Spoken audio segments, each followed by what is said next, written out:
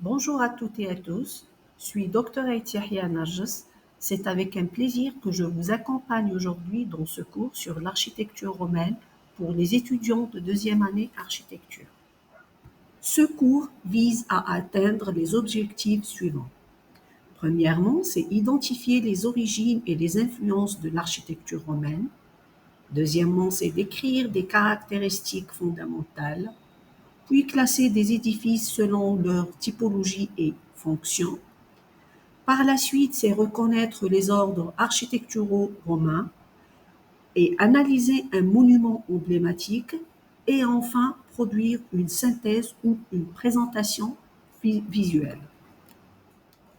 Avant de commencer, certaines connaissances de base sont requises pour une bonne compréhension des contenus tels que les repères sur la civilisation romaine, connaître les bases de l'architecture antique, maîtriser le vocabulaire architectural, savoir lire un plan, une coupe ou une élévation, une culture générale sur les grands types d'édifices antiques et bien sûr avoir une compréhension générale du rôle spirituel de l'architecture dans le contexte chrétien médiéval.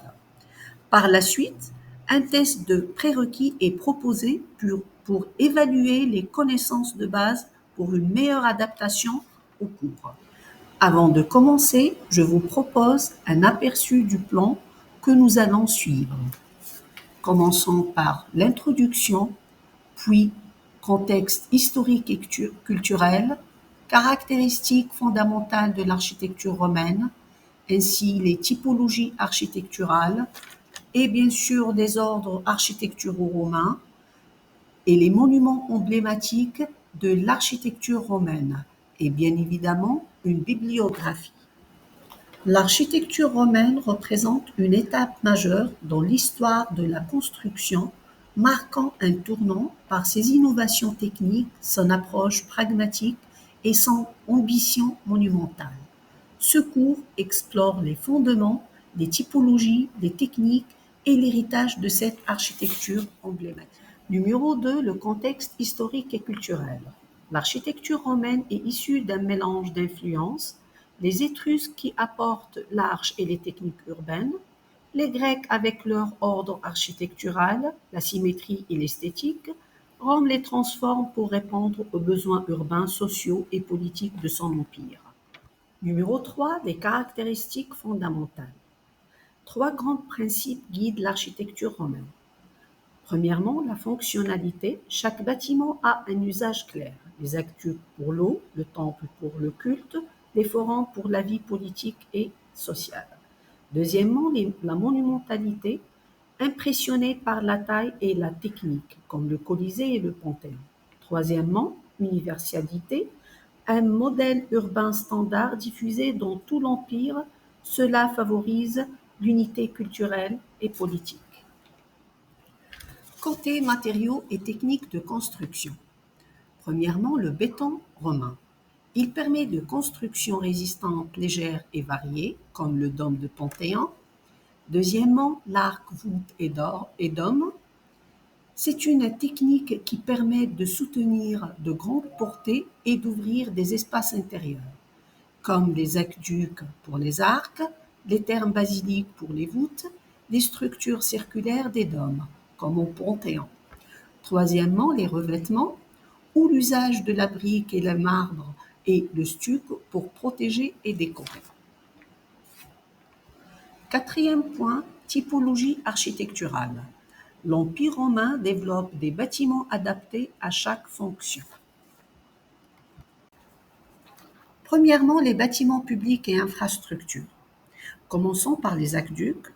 Ce sont des structures pour transporter l'eau sur des longues distances, comme celui de Pont-de-Gare en France. Deuxièmement, les routes et les ponts. C'est un réseau routier qui facilite le commerce, la communication et le mouvement militaire, comme celui de Via Appia. Et finalement, les thermes.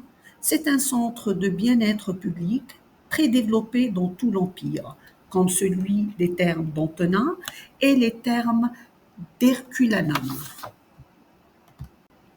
Deuxièmement, les espaces religieux.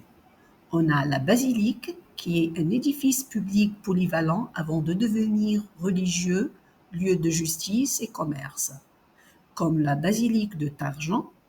Pour, deuxièmement, les temples, on a le temple rectangulaire comme celui de Vénus à Rome et celui de Rome, et on a le temple rond où le plan est circulaire, souvent à coupole, comme le Panthéon et le temple d'Hercule Victor.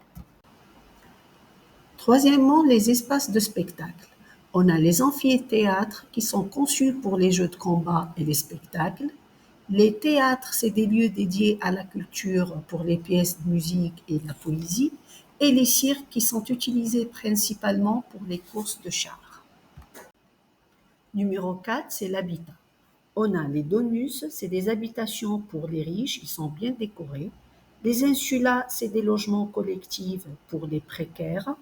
Les villas, c'est des résidences de campagne des riches romains. Cinquièmement, les ordres architecturaux romains. Les Romains reprennent et transforment les ordres grecs. On a le premier ordre dorique romain. Il est inspiré de l'ordre dorique grec, mais simplifié, réservé aux bâtiments utilitaires et militaires. Deuxièmement, les ordres ioniques romains. Il est repris du modèle grec avec quelques ajustements.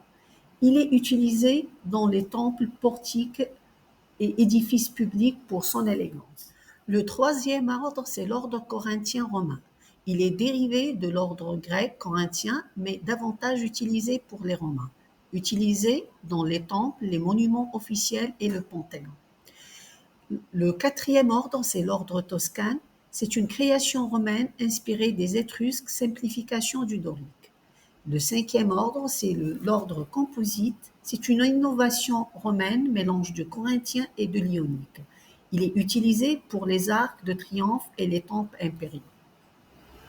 Sixièmement, les monuments emblématiques de l'architecture romaine. Ces monuments témoignent du génie technique, de la maîtrise esthétique et de la puissance impériale de Rome. 3 monuments illustrent toute la grandeur de l'architecture romaine. Le Colisée, l'amphithéâtre flavien, c'est un symbole mondial de la Rome antique et de son goût pour le spectacle. Il a été construit entre 70 et 80 après Jésus-Christ sous Vespasien et Titus. Son utilisation des ordres doriques, ioniques et corinthiens. Aujourd'hui, c'est une icône du patrimoine mondial visitée par des millions de touristes. Le Panthéon de Rome, chef d'œuvre de l'ingénierie romaine et monument d'une élégance intemporelle.